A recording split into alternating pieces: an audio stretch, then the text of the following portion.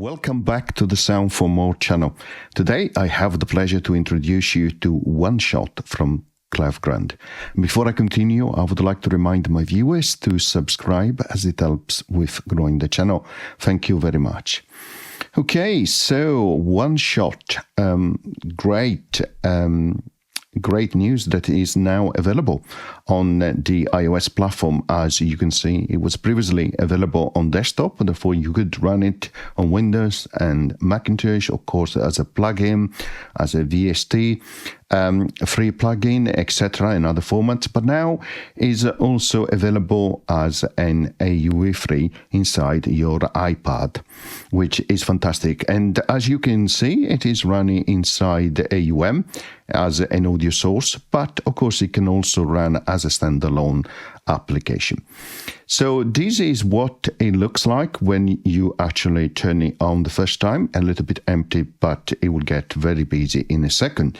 So what is it? Well, if you're not familiar with OneShot from the desktop edition, of course, then you must know that it's a percussive workstation. Okay, but of course, if you already used it in the desktop version, you already all know about it. It's a very simple percussive workstation. It's really easy to use. I don't think you need a lot of time to actually learn how to get around the different controls. So let me give you an overview, but I think you can figure it out really, really easily and quickly in terms of how to use it. So as I mentioned, when you turn it on like this, it's a little bit empty, and you can see this grid here. This is where you can create a new slot, and you have an option here for new slot. And then this is where you have your preset. Of course, you can move back and forward between preset, and you click here and you have the typical interface from Klevgrand, where you have categories on the left-hand side and then preset, of course, after you selected a category. Please notice as well at the bottom, I have already pre-installed a number of expansion packs, which are available both for the iPad version and also for the desktop version. So you can see the Cajun here, the Glockenspiel here, the Jazz Kit, the Kalimba, and the Unholy Drums. And for each of them, of course, you have really fantastic sample drums and instrument, as you will hear in a moment. Okay, so of course you can do some management here in terms of saving your work. Now, up here you see the name of Klevgrand, the version as well. So I said here in the middle you have position for the slot, which I will show you in a moment how they work. Then you have two bus here, two send bus 1 and 2, and then you have your output. And then here at the bottom you see what represents a keyboard, and those are triggers, as you will see in a moment.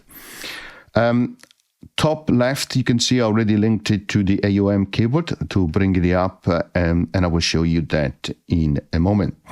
But before we go into the specific controls, let's have a look at, well, let's listen to some of the presets. So let's move to the right-hand side here, to click on the right arrow here, and we load this first preset, which is called 60 Drum Kit. Okay. So really great. You can see now you have all these different slots, and of course you can scroll up and down between the different slots in case you don't see the slots here at the bottom. You can see that each slot has samples, okay, which are introduced. You see different controls here for effect, chokes, pitch, pan, descent here 1 and 2 for the basses here, solo muting, main output, emitter here, and then you can edit and load as well, which I will show you in a moment. Here you have a symbol here on the bottom left.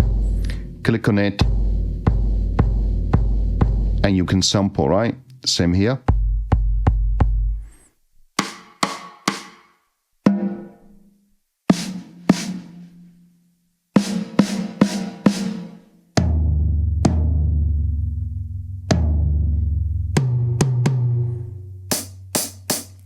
Now, if I bring the AUM keyboard up and I double click here on the title and again to resize it, Now, you see these different colors here. They correspond to the colors here that you see on the different shots. Okay, so this one bass drum here is this green color correspond to this one. Okay, you see it says C2 here. So let's scroll the AUM keyboard. We click here and let's scroll so that we can see C2, right? Okay. Now you can see I'm triggering here this B1, which is, you can see highlighted here that I'm triggering that one, okay? And then against this particular trigger, you have this slot here, okay? We have an assignment from this trigger, which corresponds to a B1 note, which I'm triggering externally. Through a controller is actually triggering this bass drum. If I click here on the trigger, I bring up a new interface, and you can see there is an assignment here, where you can see all the different slots which are assigned to that trigger. And indeed, you can have multiple triggers for the same slot as well, which is great. Now, this interface allows you to change the gain,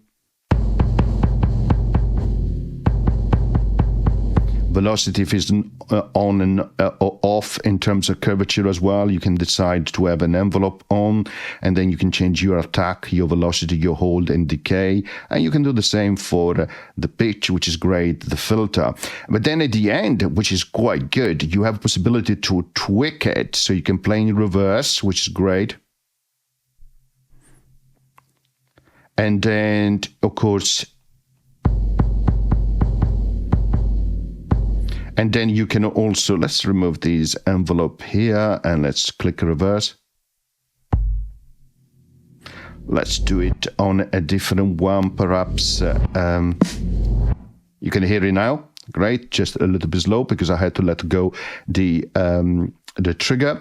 Okay, so you can see you can play in reverse if you like so, but then here you can humanize it, which is quite good. And so you can say, humanize the pitch for me. And then you can decide the scale of it in terms of application, which is fantastic.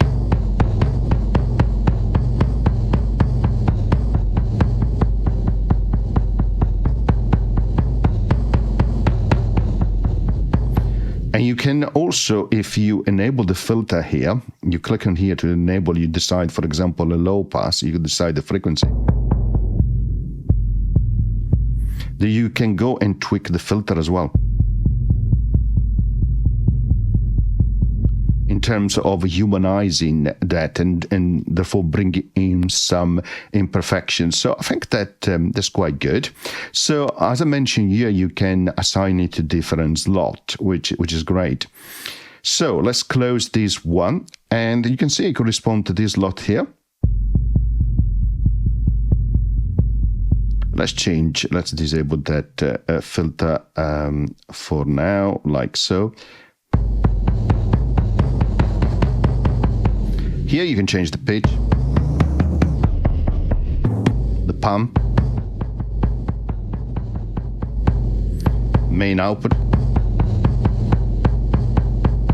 You can apply effects here, click here. So EQ, compressor, finalizer, a gate, a reverb, room delay, stereo spread, distortion, bit crusher, lots. Oh, and you click on it and then you can decide the amount and the saturation that you want to apply, for example.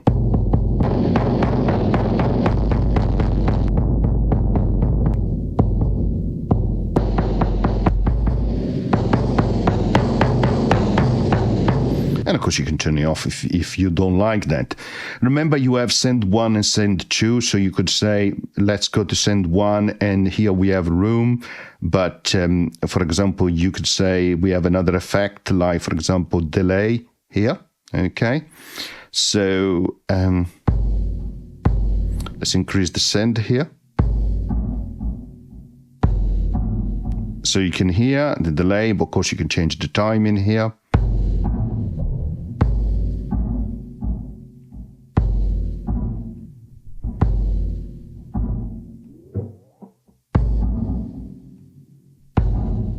Increase the feedback, dry and wet, stereo setting as well, tempo sync. You can apply a filter as well, change the frequency.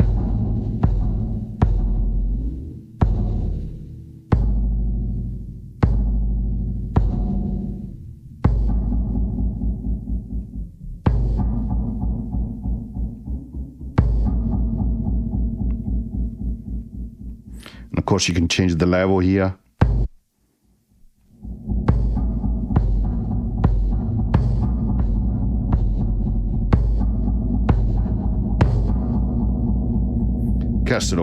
Careful, of course, here on the picking, right? So lots of different options. Remember, you have choose, send here, send one, and send two. So you have two buses, and of course, you can apply further effects here on bus number 2.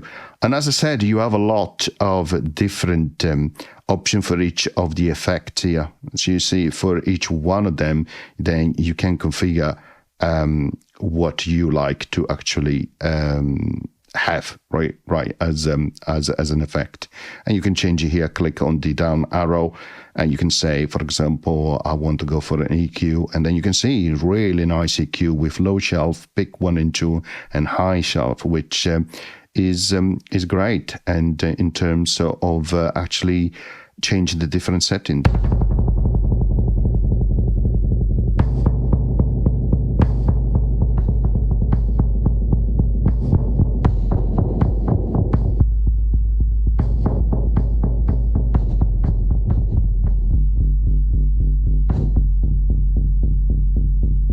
So depending what you're looking for, you can create different type of preset and sound. So as you can see, it is actually straightforward in terms of using it. Now let's move to the left. We go to the default empty preset.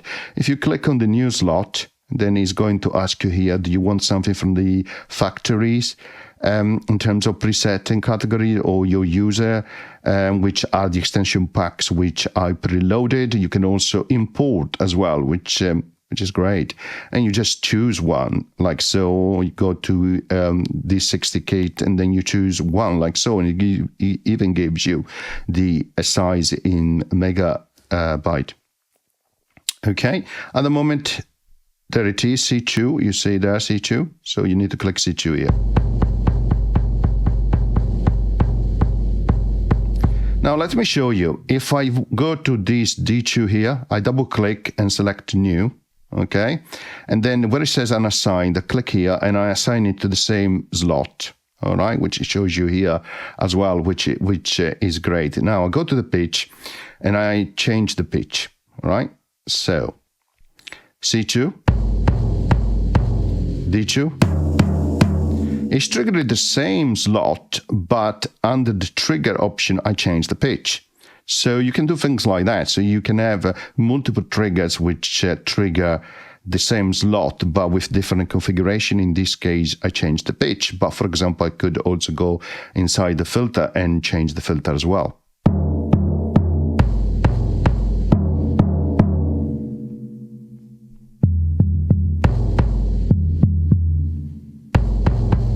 So therefore, you can create, very, very different type of a preset. Now, if you click on load here, you can again load a different sample. Okay, if you want to. If you click on edit, again, you have more options.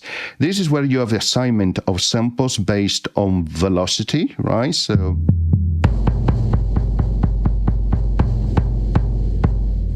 And you can turn on and off also preview as well if you want to do that. Okay, so you can see which one is being triggered here. Depending, is moving down because I'm moving down here where I'm triggering through the AUM keyboard, therefore I'm going higher in velocity. So he's changing the sample. You can decide if you do round robin sequentially or based on random position, and you also give you a possibility to set the percentage based on the number of samples you have. You can normalize here. You can set it to mono, swap the channel left and right. You can have preview on as well if you like so. right? And of course, you can adjust the volume there as well. Okay, and then here you can add audio, you can save, and you make a lot of different changes in terms of where, for example, your sample starts. So it's pretty explanatory, really, in terms of how it works. Now, let's hide the AUM keyboard. Let's create a MIDI channel. Let's load something like MusePad. Let's connect the two of them like so. Now let's click play. Don't hear much, right? Let's go back here. And the reason is because they're random playing and there is only this lot here. But now let's change and let's go to different presets. Let's click play. Now the range here is from C2 to C3, so might want to go inside MusePad here, go in settings here. We can see also the different settings which are associated here if we want to change them, but we can go to the octave here and just say, okay, let's trigger between these octave 2 and 3 more often. And perhaps we want to trigger less the rest note, like so, so we have less rest.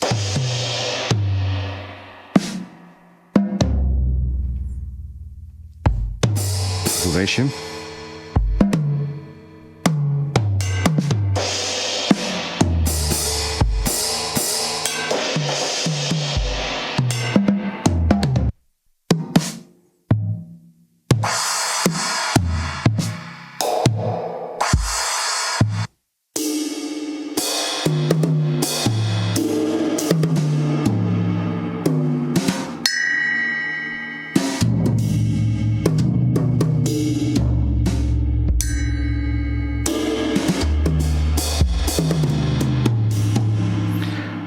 As I mentioned, you have a lot of different kits already preloaded, which is fantastic. But you also have some expansion packs. I really like some of those because they allows you to use OneShot as an instrument as well. Let's take this example here.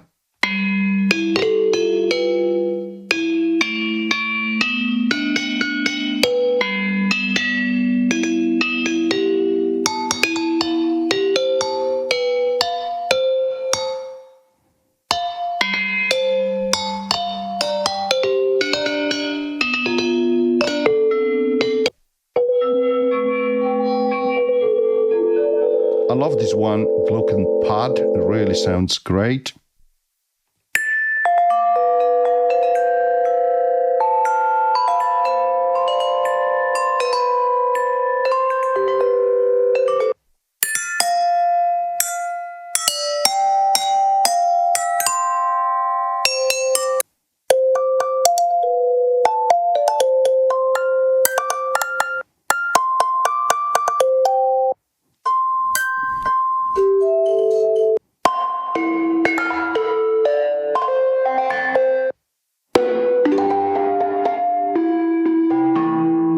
So the samples are really, really good. And of course you have Cajun here as well. So let's listen some of them.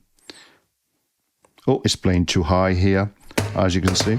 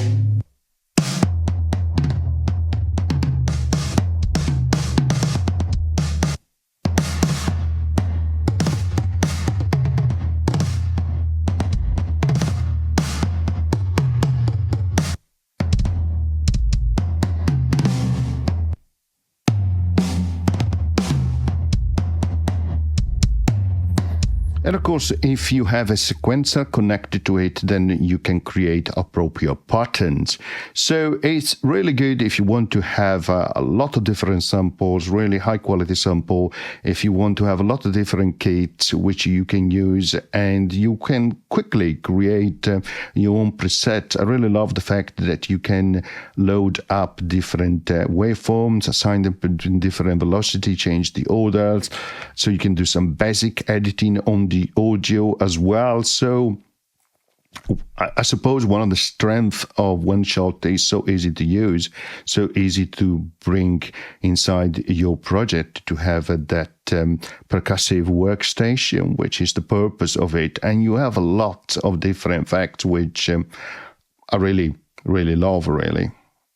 And each one of them has a nice UI as well, with different settings that you can customize.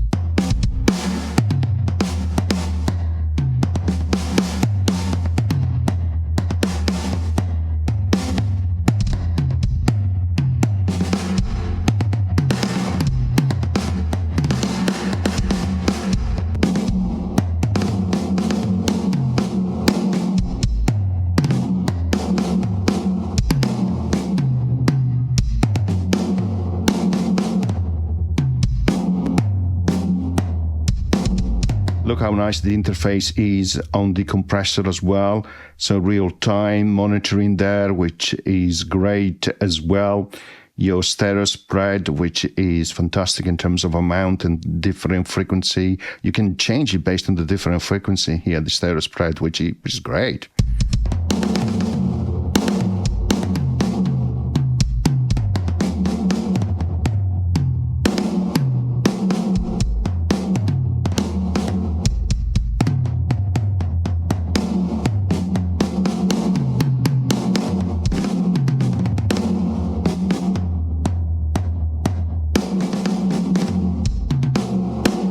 Great, you can do all of that, right? Bit crusher as well. Look, resampling, bit crush, and you can change your output. You can change the sample rate here, the bits, and then the saturation. Great.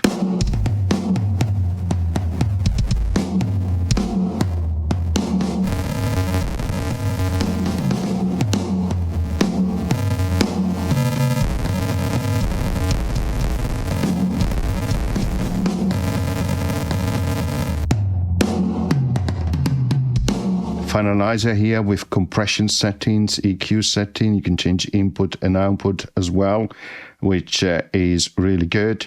You have gate here as well, and you can set the threshold and release as well, which is fantastic.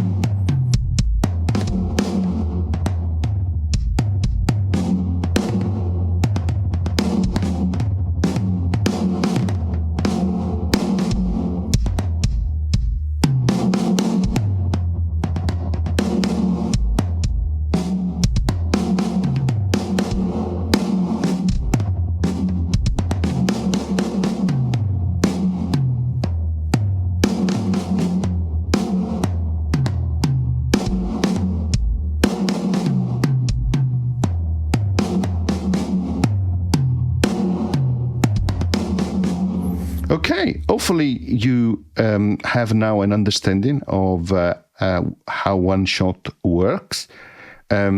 I don't think it requires a lot of time to be spent in terms of learning how to use it. It's pretty straightforward. And remember, it works for desktop, it works for iPad, on your Mac, on your Windows, different formats. It works as a standalone as well on your iPad. In terms of usage, you see DSP's percentage here is quite low in terms of controls that it exposes here in terms of AU parameters loads. So enjoy, really. In terms of using it. Okay, so I hope you enjoyed. See you next time.